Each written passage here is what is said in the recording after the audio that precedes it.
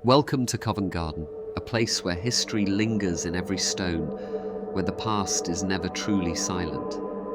By day, it's a lively hub of theatre, market stalls and street performers, but beneath the glow of its lights and the hum of the crowd, something older stirs. A darker current runs through these streets, a history of betrayal, murder, and those who never left. Ghost stories are common in London, but here, in Covent Garden, the boundary between the living and the dead feels thinner. A place where footsteps echo long after the person is gone, where figures flicker in the corner of your vision, where the past refuses to rest. Let's begin where one of Covent Garden's most famous hauntings takes place, at the Adelphi Theatre, just off the Strand, the site of a brutal murder and the ghost who still walks in search of justice. December 16th, 1897. The cold air hangs heavy outside the Adelphi Theatre. William Terriss, a beloved actor known for his commanding stage presence, is on his way inside, ready for another performance. But someone is waiting for him in the shadows. Richard Archer Prince, an unstable, struggling actor, has spent years stewing in bitterness, convinced that Terriss was responsible for his failed career. Tonight, that resentment will turn to violence. As Terriss reaches the stage door, Prince steps forward and drives a knife into his back. Then again, and again. Terriss collapses, gasping for breath, his life slipping away in the arms of fellow actress Jessie Millward. His last words, "I'll come back." And it seems he did. His ghost was first seen just days after his death. Staff at the Adelphi reported hearing his footsteps on the stairs, his figure glimpsed in the dim glow of the theatre windows after hours. But his presence isn't confined to the stage he once ruled. Just a short walk from the theatre, deep below the city streets, Covent Garden tube station has become another of his haunts. Over the years, late-night commuters and station staff have reported the same eerie encounter.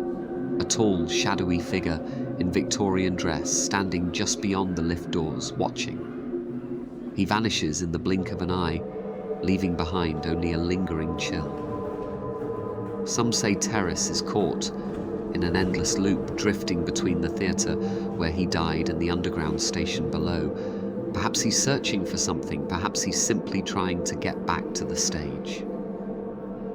Covent Garden has no shortage of ghosts. Some, like William Terriss, are tied to tragic, violent deaths. Others are more mysterious.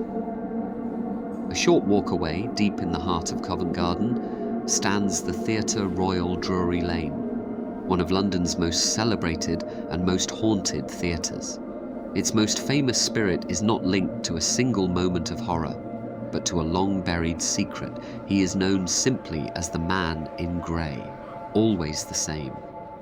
A figure in an 18th century powdered wig, a tricorn hat, and a grey riding cloak. He never speaks, he never lingers. He is seen in the upper circle of the theatre, moving silently along the walkways before disappearing into the walls. Unlike most hauntings, his presence isn't feared, it's welcomed.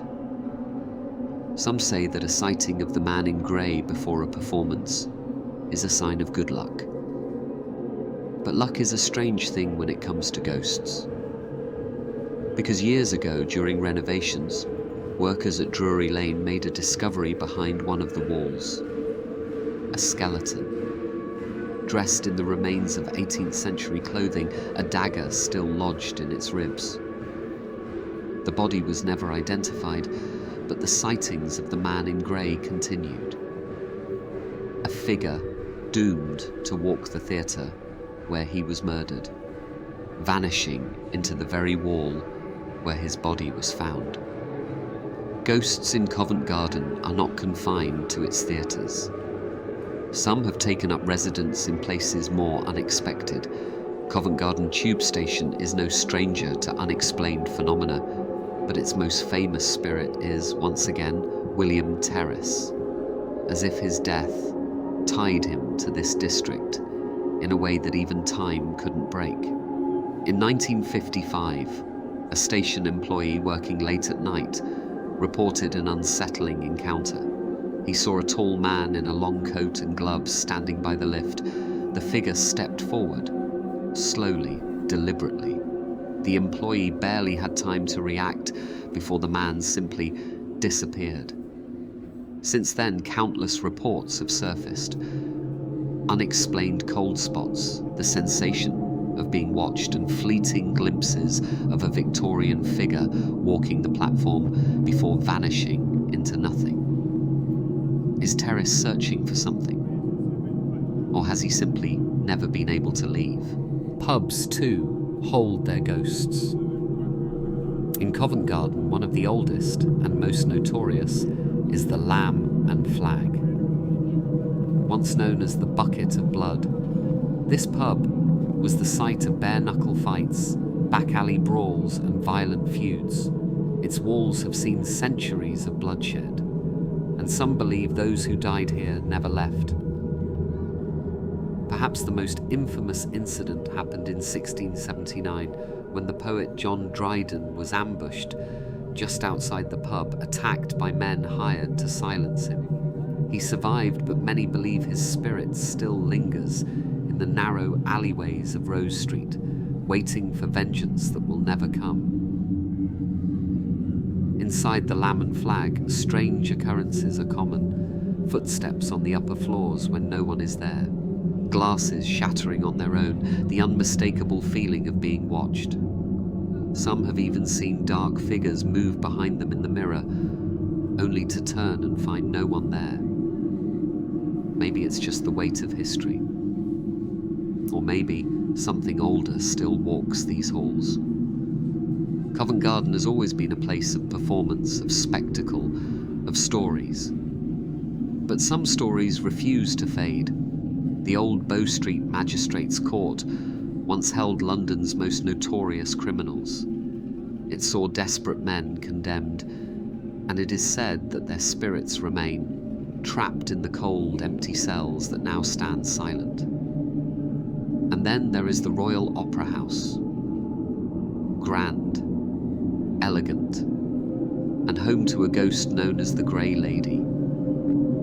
They say she was once a nun, walled up alive in a convent that stood here before the Opera House was built, and now, centuries later, her sorrow remains.